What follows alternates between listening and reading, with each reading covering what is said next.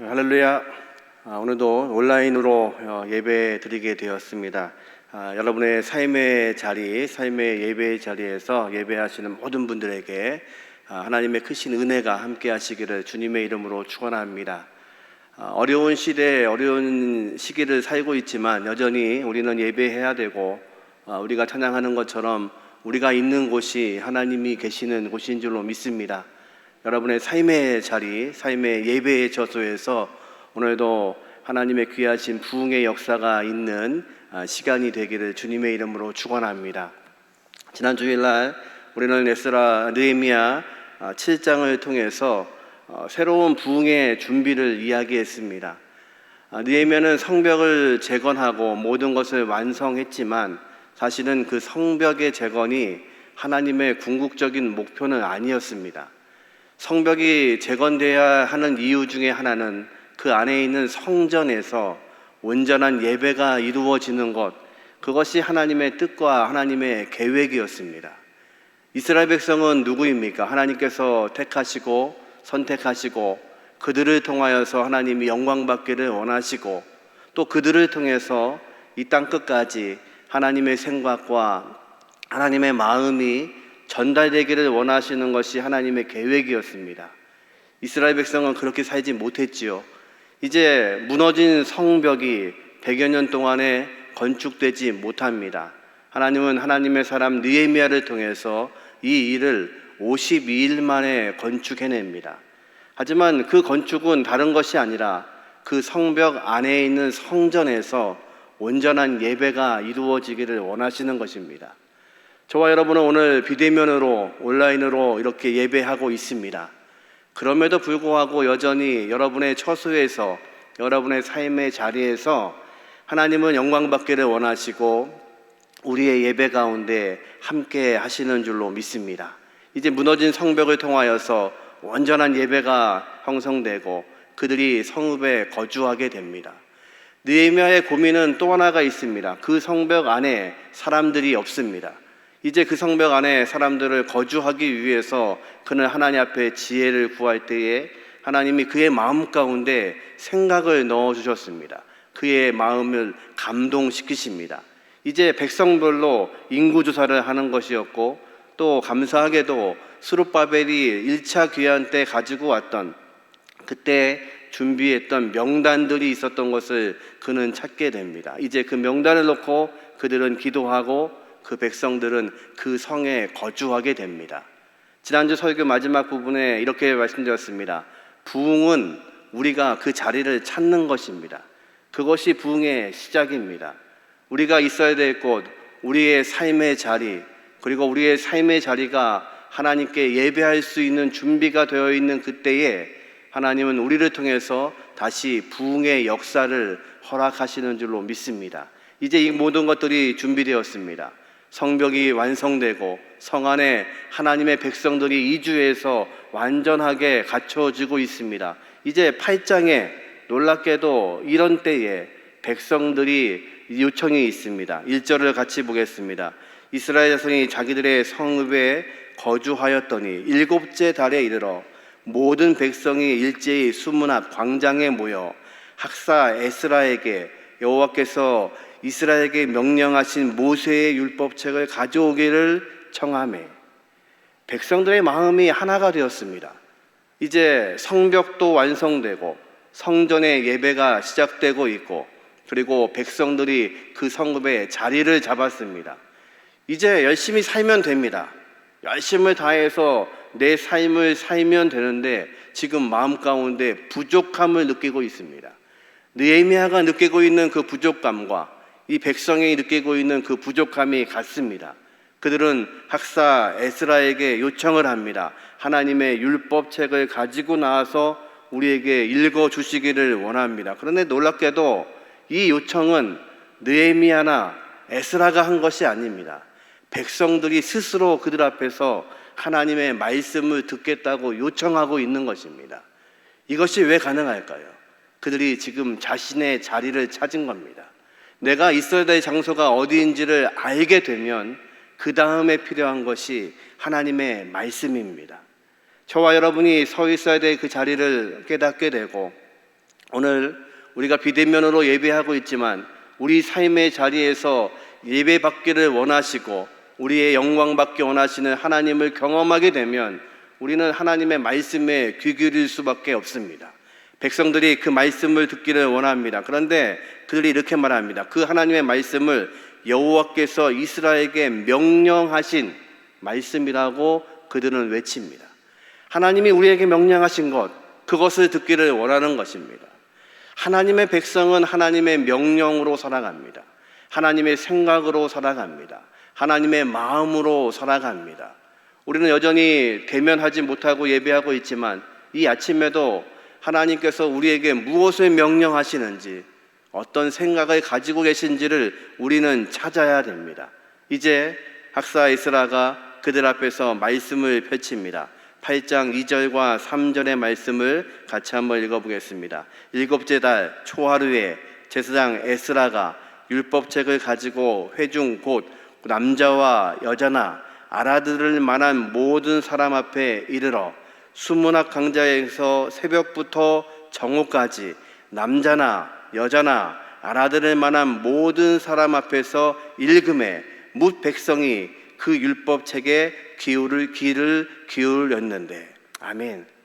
이제 학사 에스라가 말씀을 핍니다. 누가 듣고 있냐면 남자나 여자나 알아들을 만한 모든 사람. 정확한 번역으로 말하면 이렇게 됩니다. 남자와 여자, 그리고 하나님의 말씀을 들을 수 있는 귀가 있는 아이들까지도, 이런 뜻입니다. 이제 남녀노소 함께 모여서 하나님의 말씀 앞에 귀를 기울입니다. 하나님께서 어린 사무엘을 부르십니다. 사무엘은 그것이 하나님의 음성인지를 알지 못했습니다. 그러나 그것이 하나님의 음성인 것을 깨닫고 그는 말합니다. 여호와여, 주의 종이 듣겠나이다. 그 사무엘을 통해서 하나님은 암흑기에 있었던 이스라엘을 구하시고 하나님의 법궤가 빼앗긴 그 시대에 하나님은 그를 세우셔서 하나님의 역사를 이루어 가십니다. 우리가 필요한 것이 무엇일까요? 부흥을 앞에 두고 백성들이 갈급한 그 10년 가운데 하나님이 말씀하시기를 요청하고 그것을 들으려고 하는 귀가 있을 때에 하나님은 우리에게 말씀하시는 분이십니다. 이 시간이 하나님의 음성이 들리는 시간이 되기를 주님의 이름으로 축원합니다. 우리의 삶의 자리에서 하나님이 오늘도 말씀하시고 그 말씀대로 준행하고 하나님의 귀하신 생각과 뜻이 이루어질 수 있는 저와 여러분이 되시기를 주님의 이름으로 축원합니다. 오늘 본문에 보니까 놀랍게도 이 말씀에 들은 시간은 새벽부터 정오까지라고 말씀하십니다. 새벽부터라는 뜻은 해가 떠오르는 시간을 말합니다. 그러니까 대략 새벽 5시에서 6시입니다. 그때부터 언제까지 말씀이 읽혀졌냐면 정오까지, 12시까지 대략 6시간을 지금 하나님의 말씀이 선포되고 있는 겁니다. 지금 에스라는 특별히 마련된 나무로 된 강단 위에서 이 말씀을 읽고 오른쪽에 6명, 왼쪽에 7명의 사람들이 함께 이것을 도와서 6시간 동안에 하나님의 말씀이 읽혀지고 있습니다. 지금 우리가 설교를 듣는 것과는 다릅니다. 재미있는 예화도 없고 그리고 또 아름답고 뛰어난 간증이 섞여 있는 것도 아닙니다. 두루마리에 있는 하나님의 말씀을 그들은 읽고 있고 백성들은 듣고 있습니다. 언제 우리의 심령의 변화가 있냐면 하나님의 말씀을 들을 때에 우리에게 변화가 있습니다. 부흥의 역사는 하나님의 말씀으로 시작됩니다. 우리의 갈급한 심령 가운데, 우리의 삶 가운데, 지금 이 어려운 가운데 우리를 변화시킬 수 있고 우리의 영혼을 다시 부흥할 수 있게 하시는 것은 다른 것이 아니라 말씀을 듣는 데에 있습니다. 듣는 자를 통하여서 하나님은 역사하시기 시작하십니다. 이제 학사 에스라는 이 말씀을 백성들이 요청한 대로 남자나 여자나 어린아이와 관계없이 이 말씀을 들을 수 있는 사람들은 수문학 광장에 모여서 하나님의 말씀을 듣습니다. 말씀을 펼치자 그들이 다 일어났다고 성경은 기록합니다. 서 있는 채로 그들은 6시간을 하나님의 말씀 앞에 서 있습니다. 부흥의 역사는 저와 여러분이 서 있는 장소입니다. 우리가 대면하고 예배하지 못하지만 우리의 삶의 자리, 예배의 자리, 우리가 일하고 있는 그 일터의 자리에서 우리가 하나님의 말씀 앞에 서 있을 때 하나님은 우리에게 말씀하시기 시작하십니다. 그 말씀이 우리를 움직일 수 있는 은혜가 있기를 주님의 이름으로 축원합니다. 이제 말씀이 선포됩니다. 8장 6절입니다. 같이 한번 읽어보겠습니다.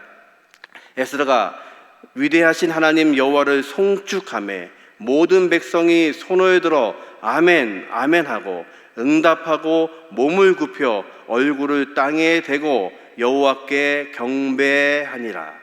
참으로 아름다운 장면이죠.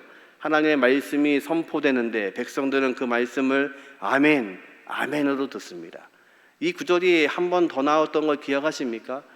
느헤미야가 백성들의 어려움을 가지고 나왔습니다. 백성들이 지금 고리대금 때문에 어려움을 겪고 있자 부자들과 민관들을 불러서 느헤미야가 그들에게 지적합니다. 하나님이 우리를 다시 회복시키셨는데 같은 민족인 우리가 서로를 팔면 되겠느냐? 그리고 그들에게 요청합니다. 우리가 돈은 구워줄 수 있으나 이자는 받지 말자. 그리고 너희가 그렇게 하겠냐고 할 때 그 부자들이 다 같이 그 말씀에 아멘, 아멘 했습니다. 아무것도 이익이 남지 않는 장사입니다. 지금까지 많은 수입이 있었던 고리대금을 할 수 없습니다. 그러나 하나님의 생각이 무엇인지를 알았습니다. 그러자 그들은 제사장 앞에서 그것을 서원합니다.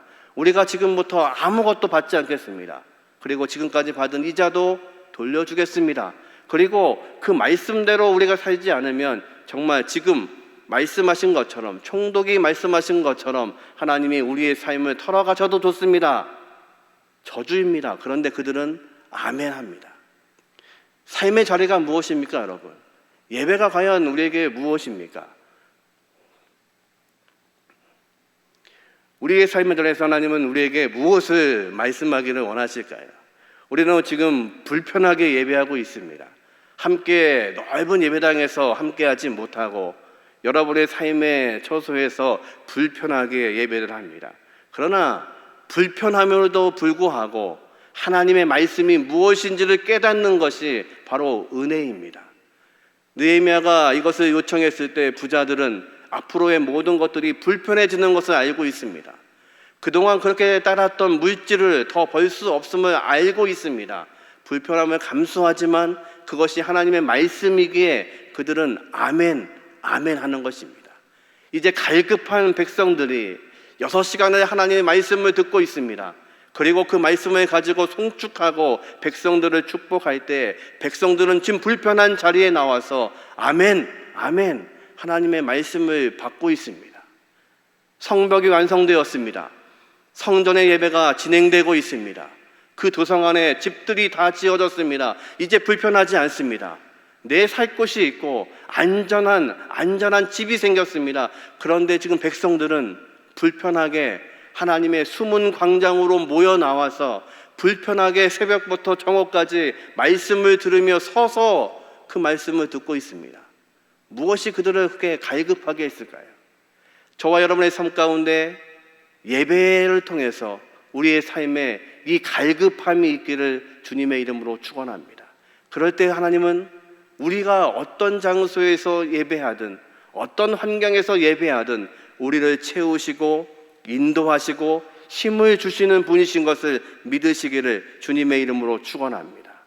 이제 백성들 앞에서 느헤미야와 에스라가 이 말씀을 읽고 있습니다. 그리고 레위 사람들은 그와 함께 다른 일들을 합니다.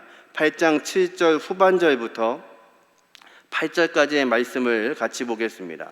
레위 사람들은 백성이 제자리에 서 있는 동안 그들에게 율법을 깨닫게 하였는데 하나님의 율법책을 낭독하고 그 뜻을 해석하여 백성에게 그 낭독하는 것을 다 깨닫게 하니.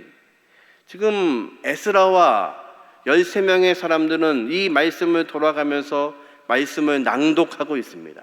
백성들은 서서 이 말씀을 듣고 있습니다. 그런데 그 중에는 그 말씀의 뜻을 깨닫지 못하는 사람들이 있습니다. 이제 레위 사람들이 그 백성들 사이사이에 서서 그 말씀이 어떤 뜻인지를 깨닫게 하고 있습니다. 깨닫게 한다는 그 이 히브리어 단어는 정확히 말하면 잘 이해시키다입니다. 레위 사람들은 함께 모여서 그 말씀을 깨닫지 못하는 그들에게 잘 이해할 수 있도록 설명합니다. 그리고 다시 해석해 줍니다. 이게 어떤 의미인지를 알게 하십니다. 말씀을 듣는 것으로 우리는 변화되지 않습니다. 그 말씀의 뜻과 해석이 우리 안에 들어와야 됩니다. 성령께서 빌립 지사의 마음을 강권하십니다. 그리고 그가 간 곳에 이디오피아 내시를 만납니다. 이제 이디오피아 내시가 이 땅에 와서 예루살렘에서 예배하고 그 하나님의 말씀 두루마리 책을 구해서 그 마차에서 읽고 있습니다. 이사야서의 말씀을 피워서 읽고 있지만 그가 깨닫지 못합니다. 빌립이 묻습니다. 당신이 읽는 것을 깨닫느뇨? 내시가 하는 말은 누가 가르쳐주는 사람이 없기에 어찌 이것을 내가 깨달을 수 있겠냐고. 빌립이 그곳에 같이 앉아서 그 말씀으로 시작하여서 예수 그리스도의 복음을 전합니다. 깨닫게 하는 자가 우리에게 있어야 됩니다. 말씀이 해석되어져야 됩니다. 그 말씀으로 우리가 어떻게 살아야 되는지를 우리는 알아야 됩니다. 여러분, 예배는 다른 것이 아닙니다. 하나님의 말씀이 선포되고 그 말씀이 어떤 뜻인지를 깨닫고 그 말씀대로 준행하는 것입니다. 이디오피아 내시가 말합니다. 지나가다가 물이 있는 것을 보고 내가 지금 침례를 받겠다고 이야기합니다. 말씀을 깨닫고 예수 그리스도의 복음을 알았다면 즉시 순종하는 겁니다. 그들은 내려서 그 물에서 침례를 베풉니다. 하나님의 역사가 이루어집니다. 백성들이 말씀을 듣고 말씀을 깨닫게 돕고 있는 레위인들이 있을 때에 이제 백성들이 변화가 있습니다. 그들의 변화를 9절에 이렇게 기록했습니다. 9절을 같이 읽습니다. 백성이 율법의 말씀을 듣고 다 우는지라. 총독 느헤미야와 제사장 겸 학사 에스라와 백성을 가르치는 레위 사람들이 모든 백성에게 이르기를 오늘은 너희 하나님 여호와의 성일이니 슬퍼하지 말며 울지 말라 하고. 이제 말씀을 들은 백성들이 통곡하여 울기 시작합니다. 때로 하나님의 말씀은 우리의 지정의를 자극합니다. 하나님이 우리에게 지식을 주시기도 하고 그것으로 우리의 감정을 건드시기도 합니다. 은혜 받은 모습 중에 하나가 눈물을 흘리는 거죠. 백성들이 눈물을 흘리기 시작합니다. 그리고 그 말씀을 깨달은 그들이 울기 시작합니다. 이제 느헤미야와 에스라가 말합니다. 그들을 위로합니다. 너희가 울지 마라. 지금은 하나님의 성일이다. 지금 우리가 예배하고 있고 말씀이 선포되고 있는 이 시간은 기쁜 시간이라는 겁니다. 이제 그들이 눈물로만 나가서는 안 됩니다. 눈물을 흘렸다면 그들의 삶이 변화가 있어야 됩니다. 말씀을 들었으면 변화가 있어야 됩니다. 예배는 함께 모이지 않더라도 그 말씀을 듣고 말씀대로 사는 것이 더 중요합니다. 지금 여러분이 예배를 드리고 있는 그 장소가 더 중요합니다. 그곳이 가정이라면, 나의 일터라면 그 삶의 자리에서 하나님이 이곳에서 어떻게 이 말씀대로 살게 하실지에 대해서 실천하셔야 됩니다.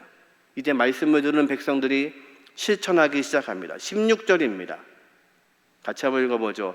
백성이 이에 나가서 나뭇가지를 가져다가 혹은 지붕 위에 혹은 뜰 안에 혹은 하나님의 전뜰에 혹은 수문 광장에 혹은 에브라임 문 광장에 초막을 쥐때 그들이 말씀을 듣다가 하나님의 절기에 대한 말씀을 듣고 있습니다. 지금 그들이 모여있는 이 7째 달은 이스라엘 절기 중에 세 절기, 중요한 절기가 모여 있습니다. 나팔절, 대속제일, 그리고 초막절이 들어있는 절기입니다. 그들이 말씀을 듣다가 그 백성들이 한 번도 초막절을 지키지 않았다는 것을 깨닫습니다. 그런데 놀랍게도 그 말씀을 듣고 깨달은 이들이 울고 나서 하는 것이 뭐냐면 광장에 모여서 초막을 짓는 겁니다. 그 숨은 광장이 꽉 차자 다른 곳 에브라임 문 광장까지 나아가서 백성들이 다 나와서 초막을 짓습니다. 이 초막절은 무엇입니까? 우리가 잘 아는 것처럼 이스라엘 백성은 광야 생활을 했던 백성들입니다. 그 광야 생활을 했던 백성들을 하나님이 약속의 땅 가나안 땅까지 인도하셨습니다. 그 가나안 땅에 들어와서 그들은 광야 생활을 잊지 말아야 합니다. 하나님이 어떻게 그들을 인도하셨는지, 그 광야에서 하나님이 어떻게 그들을 구름 기둥과 불 기둥으로 만나와 메추라기로 먹이셨는지를 기억해야 됩니다. 하나님의 은혜를 기억하는 것이 초막절이었습니다. 백성들이 깨닫는 겁니다. 우리가 하나님의 말씀대로 살지 않았구나. 우리 조상이 하나님의 말씀대로 살지 않았기에 하나님은 우리를 이방 땅에 파실 수밖에 없었구나. 그리고 다시 회복되어서 이 성벽을 재건한 것은 온전한 예배가 성전에서 이루어질 수 있기를 위한 하나님의 계획이셨구나. 그리고 이제 우리가 말씀을 듣고 있는데 우리의 마음이 감동하여 눈물을 흘리고 있는데 이것으로는 감당하실 수 있는 것이 아니라 하나님의 말씀대로 순종해야 되는 것을 깨달은 그들이 남녀노소 그 광장에서 초막을 짓고 있습니다. 이것이 변화입니다. 이것이 부흥입니다. 우리는 말씀이 없어서 살지 않았습니다. 너무도 많은 말씀 가운데 그렇게 살지 않았습니다. 그래서 우리는 지금도 대면하지 못하고 예배하는 줄도 모릅니다. 어떤 장소의 예배가 중요한 것이 아니라 그 말씀대로 사시는 겁니다. 하나님이 우리에게 말씀하신 그것을 우리는 삶에서 실천하는 겁니다. 이 백성들은 지금 그 말씀대로 실천하고 있습니다. 이제 17절에 보니까 이렇게 말씀하십니다. 같이 한번 읽어보죠. 사로잡혔다가 돌아온 회중이 다 초막을 짓고 그 안에서 거하니 눈의 아들 여호수아 때부터 그날까지 이스라엘 자손이 이와 같이 행한 일이 없었으므로 이에 크게 기뻐하며. 참 놀라운 말씀입니다. 돌아온 그들이 이 말씀을 깨닫고 초막을 짓고 있습니다.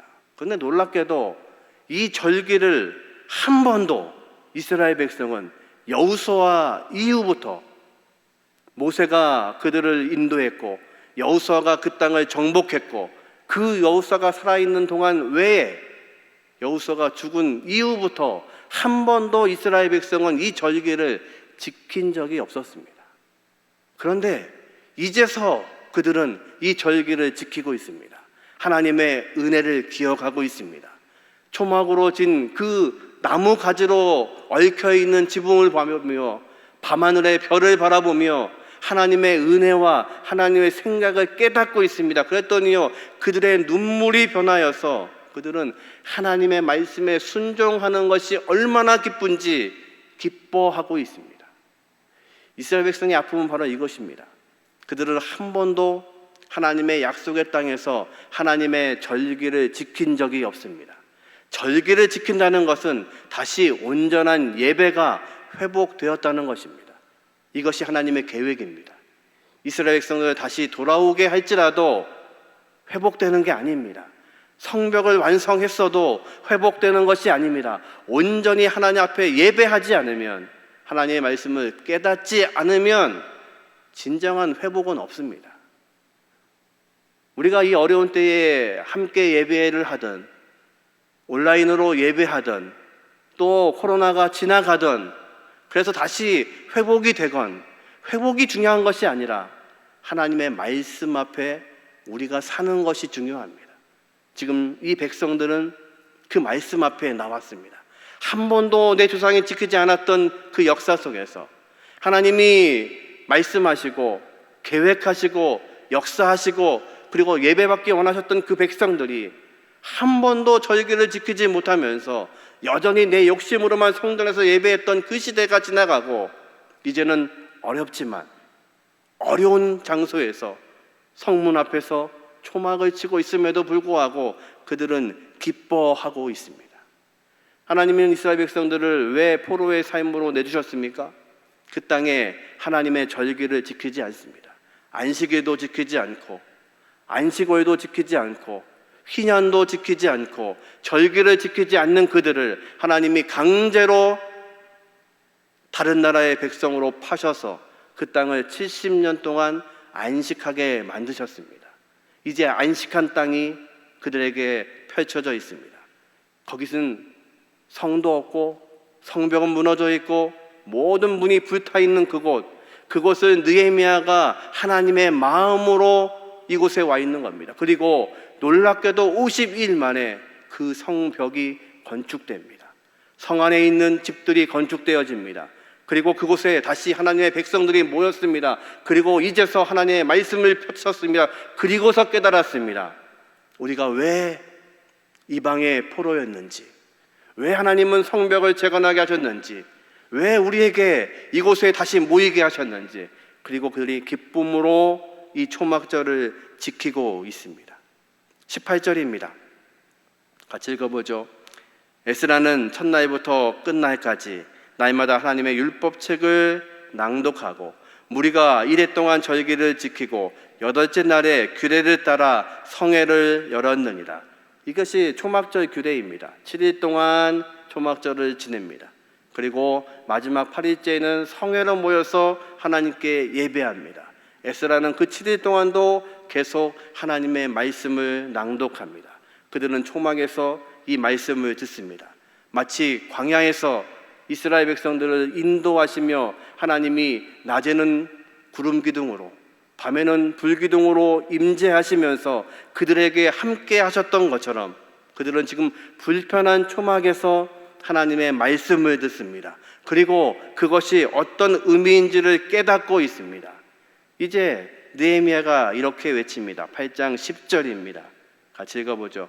느헤미야가 또 그들에게 이르기를 너희는 가서 살찐 것을 먹고 단 것을 마시되 준비하지 못한 자들에게는 나누어 주라. 이날은 우리 주의 성일이니 근심하지 말라. 여호와로 인하여 기뻐하는 것이 너희의 힘이니라 하고, 울고 있는 백성들을 느헤미야는 이렇게 위로합니다. 근심하지 마라. 이제 하나님의 성일을 우리가 지키고 있다. 여호와로 인해서 기뻐하는 것이 너희의 힘이다. 우리의 힘은 다른 것이 아닙니다. 하나님의 말씀대로 순종하고 있을 때, 하나님의 말씀으로 우리가 살고 있을 때, 하나님의 말씀으로 우리가 충만할 때 그것이 우리에게는 힘이 되는 것을 믿으시기를 주님의 이름으로 축원합니다. 오늘은 우리가 함께 모이지 못하고 영상으로 함께 예배하고 있습니다.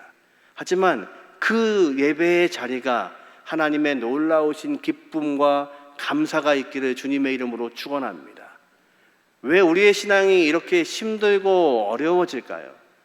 예배하는 것이 기쁘지 않기 때문에 그렇습니다.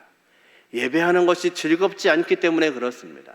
하나님의 일을 감당하는 것이 즐겁고 기쁘지 않기 때문에 그렇습니다.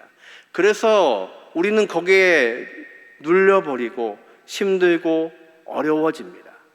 기쁨을 잃어버린 삶, 기쁨을 잃어버린 헌신, 기쁨을 잃어버린 은혜, 그것은 무의미합니다. 예배는 바로 하나님을 기뻐하고 즐거워하는 것입니다. 백성들이 말씀을 읽고 눈물을 흘리고 있는 그들에게 느헤미야는 말합니다. 울지 마라. 지금 우리는 하나님의 성일, 하나님의 예배를 드리고 있다. 오히려 가서 살찐 것들을 잡고 그리고 단 것을 준비해서 함께 먹고 마시며 기뻐해라. 왜냐하면 우리의 힘은 바로 여호와를 기뻐하는 것, 하나님의 말씀을 기뻐하는 것, 내 삶 가운데 역사하시는 그 은혜를 기뻐하는 것, 그것이 바로 우리의 힘이고 우리의 능력이라고 말씀하고 있습니다. 여러분의 그 자리가, 오늘 예배의 자리가 기쁨의 자리가 되시기를 주님의 이름으로 축원합니다. 그곳이 하나님의 은혜가 넘치는 장소가 되시기를 주님의 이름으로 축원합니다. 하나님의 말씀을 들을 수 있는 장소가 되시기를 주님의 이름으로 축원합니다. 그래서 하나님의 말씀을 펼치고 그 말씀을 깨닫고 말씀대로 실천하고, 그래서 거기서 오는 기쁨으로 인해서 내가 잘 지어진 그 집, 성평 안에 아름답게 진 그 집에서 나와서 순문 앞에서 초막을 짓고 있음에도 불구하고, 하늘의 별을 바라보고 있음에도 불구하고, 하나님의 놀라우신 은혜 때문에, 우리를 다시 구원하신 그 은혜 때문에 감격하고 기뻐하고 있는 이 이스라엘 백성의 부흥의 역사가 저와 여러분의 부흥이 되기를 주님의 이름으로 축원합니다. 여러분의 가정이 부흥이 있기를 주님의 이름으로 축원합니다. 우리의 삶의 가정과 우리의 일터가 하나님의 놀라우신 부흥이 있기를 주님의 이름으로 축원합니다. 그러기 위해서 저와 여러분은 그 하나님을 기뻐하셔야 됩니다. 우리를 위해서 피 흘리신 주님 때문에 우리는 오늘도 여전히 예배할 수 있습니다. 여전히 우리 안에서 주인 되어주시는 그분이 계시기에 어떤 장소에서도 우리는 예배할 수 있습니다. 그 예배가 기뻐할 수밖에 없고 감격일 수밖에 없습니다. 이 예배를 통해서 저와 여러분의 새로운 부흥의 역사가 있게 하시는 은혜가 있기를 주님의 이름으로 축원합니다. 우리 다 같이 찬송하겠습니다. 찬송가 300장 내 마음이 낙심되며. 다시 우리 온라인 예배로 되면서, 비대면 예배가 되면서 마음이 낙심되고 힘이 듭니다. 어제 저녁에 말씀을 준비하면서 많이 힘이 들었습니다. 부흥을 이야기해야 되는데 다시 비대면 예배로 나누게 됩니다. 그런데 말씀 주시면서 그런 은혜를 주셨습니다. 부흥은 무엇이냐? 느헤미야가 고백하는 것처럼 우리가 하나님의 자리에 서 계시는 겁니다. 저와 여러분이 서 계신 곳, 그곳에 서 계실 때에 하나님은 저와 여러분을 통해서 부흥하게 만드십니다. 이 찬양이 우리의 고백이 되기를 원합니다. 같이 찬양하겠습니다.